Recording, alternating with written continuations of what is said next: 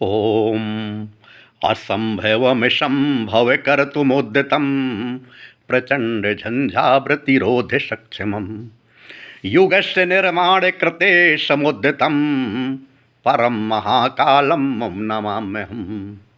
परम महाकालम मुं नमाम्यहम्। आज की हमारी परिचर्चा है लक्ष्मण रेखा। विश्व में लगभग हर व्यक्ति लक्ष्मण रेखा के बारे में सुना होगा, भले ही उसका पूरी तरह इतिहास न मालूम हो, उसका अर्थ न मालूम हो, लेकिन लक्ष्मण रेखा के बारे में सुना जरूर होगा। और कुछ लोग इसे सीमा रेखा बोलते हैं कि सीमा, जैसे कोई व्यक्ति अपने सीमा से पार जाता है या अपने हृदय पार करता है, उसे बोलते तुम लक्ष्मण रेखा लांघ रहे हो या लक्ष्मण रेखा मत लांघो।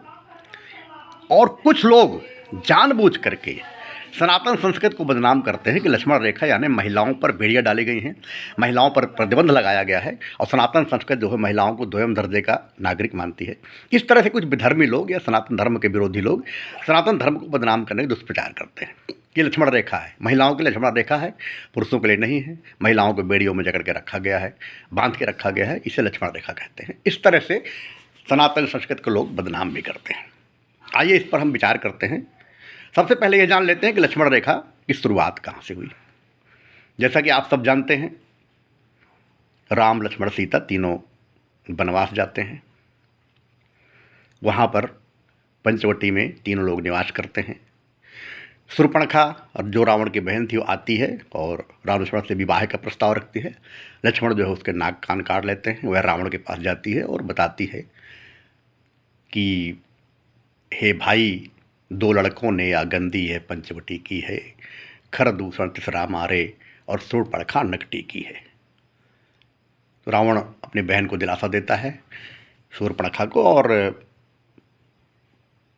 यह इस तरह कपट पूर्वक सीता को हरण करने का मतलब प्रोग्राम बनाता है। मारीच के पास जाता है और मारीच चूँकि उसका मामा था और पहले भगवान राम के बाण से ही वो, जब विश्वामित्र की यज्ञ रक्षा में भगवान राम गए थे तो मारीच वहाँ यज्ञ नष्ट करने आया था, लेकिन भगवान ने उसे एक बाण मारा था तो वो समुद्र के इस पार गिरा था और रावण का मामा लगता था।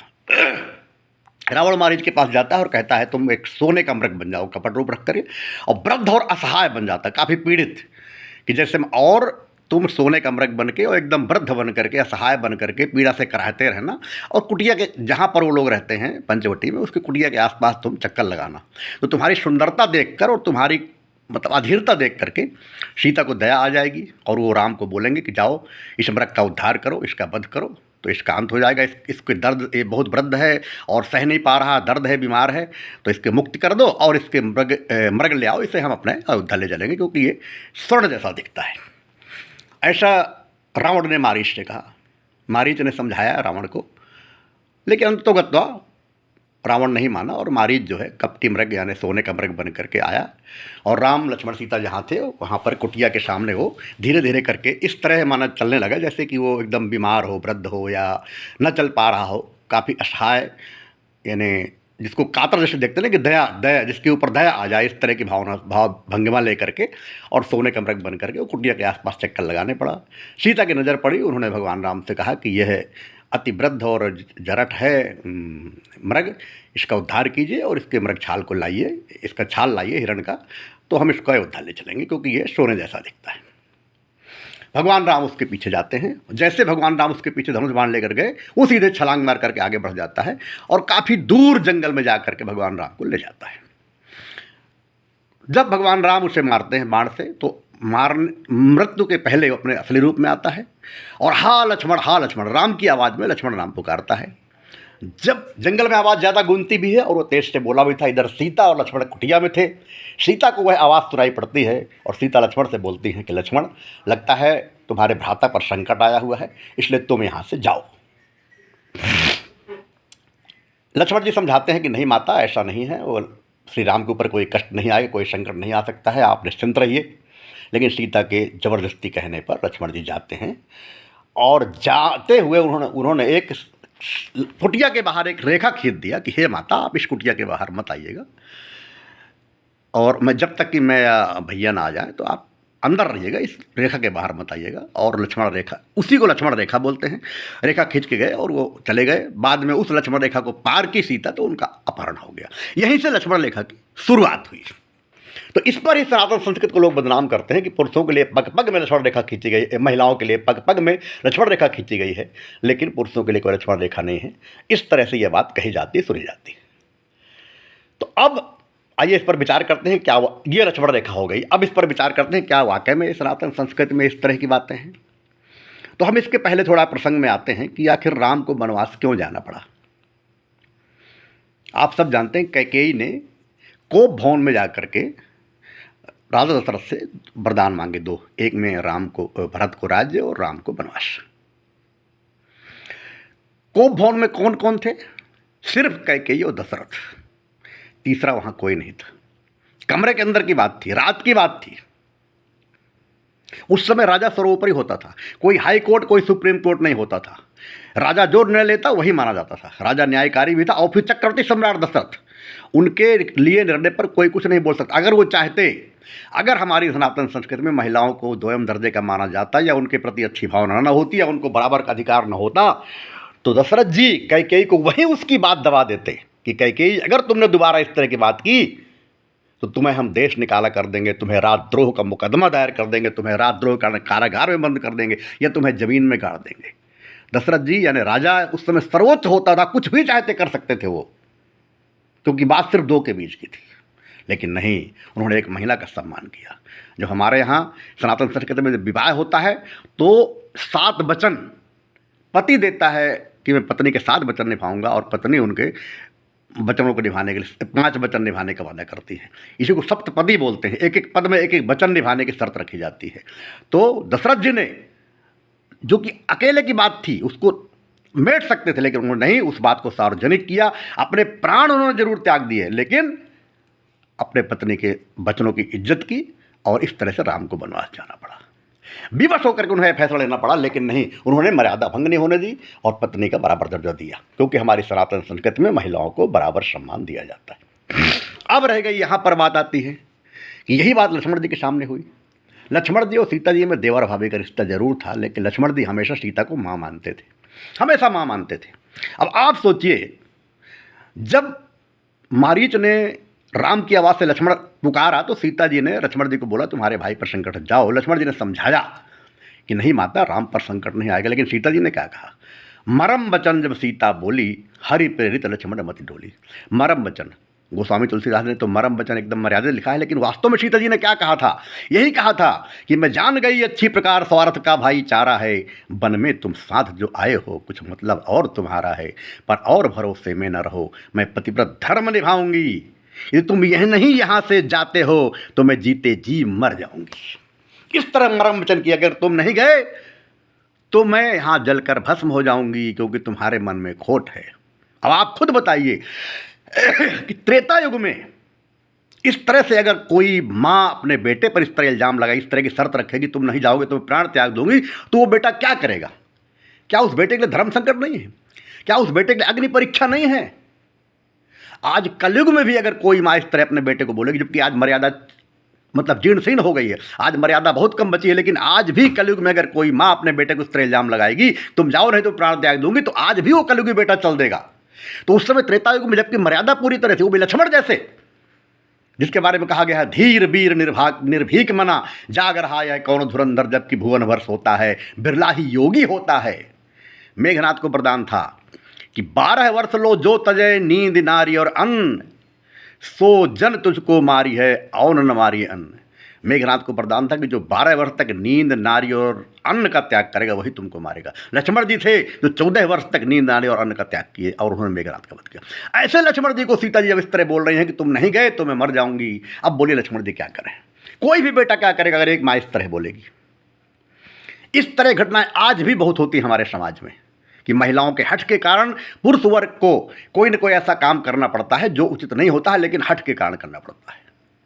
उदाहरण के लिए आज जो वृद्धाश्रम खुले हैं ना, इतने वृद्धाश्रम में जो संख्या बढ़ती जा रही है, उसके पीछे भी एक यही बहुत बड़ा कारण है कोई भी माँ बाप वृद्धाश्रम में कभी नहीं जाते हैं, जाते हैं तो सास ससुर ही हमेशा जाते हैं। जब तक बेटे की शादी नहीं होती, बहू नहीं आती, तब तक माँ बाप को बेटे से या बेटे को माँ बाप से कोई शिकायत नहीं होती है। लेकिन बहू के आने के बाद शिकायत शुरू होती है और वृद्धाश्रम आज बढ़ते जा रहे हैं।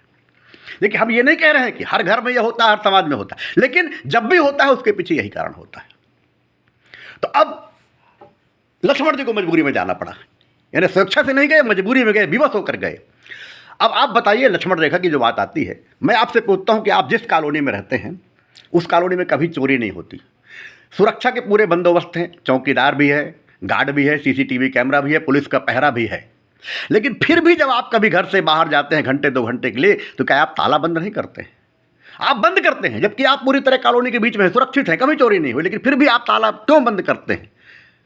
तो अगर लक्ष्मण जी वहाँ घास फूस की झोपड़ी में, कानन कठिन भयंकर भारी, वहाँ कोई रंग महल नहीं था, राजमहल नहीं था, कोई सीमेंट ईंटा गारा की दीवार नहीं थी, घास फूस की झोपड़ी थी। उस झोपड़ी में जंगल के बीच में, जहाँ जंगली जानवर भी हैं, राक्षस भी हैं, वहाँ पर एक महिला अकेले छोड़कर अगर वो जा रहे हैं, अगर उन्होंने ये कह दिया, माता आप अंदर से चिटकिनी लगा लो, मैं बाहर से ताला बंद कर देता हूँ, तो कौन सा गुनाह किया उन्होंने? लक्ष्मण रेखा रूपी ताला उन्होंने लगा दिया। अब इस पर कोई अगर कहे कि नहीं वो महिलाओं को वीडियो में रखा गया है, तो ये तो उसके मानसिक दिवालियापन कहा जाएगा, या फिर जानबूझ के संस्कृत को बदनाम करने के लिए कहा जाएगा। अब बात आती है कि लक्ष्मण रेखा पुरुषों के लिए क्यों नहीं है? जी नहीं, बिल्कुल पुरुषों के लिए लक्ष्मण रेखा है, और पग पग में लक्ष्मण रेखा है। रावण सीता को ले तो गया जबरदस्ती, लेकिन कोई जोर जबरदस्ती नहीं कर सका, उन्हें अशोक वाटिका में इज्जत के साथ रखा, हमेशा उनको यही कहता रहा कि एक बार बिलो को मोरा, उससे प्रणय निवेदन करता रहा, और अंत में धमकी दे दिया कि मास दिवस महु कहा न माना तो मैं मारे में काढ़ कर पाना, लेकिन जोर जबरदस्ती नहीं कर सका, क्योंकि लक्ष्मण रेखा वहां काम कर रही थी। भले वो किसी के श्राप के रूप में नहीं हो, लेकिन लक्ष्मण रेखा थी। इसी तरह द्रौपदी का दिन भर दुशासन ने साड़ी खींचा, लेकिन फिर भी द्रौपदी की साड़ी नहीं खींच पाया। क्यों? क्योंकि वहां भी लक्ष्मण रेखा काम कर रही थी, चाहे वो कृष्ण भगवान के रूप में, साड़ी को बढ़ाने के रूप में रही हो, किसी न किसी रूप में लक्ष्मण रेखा वहाँ काम कर रही थी।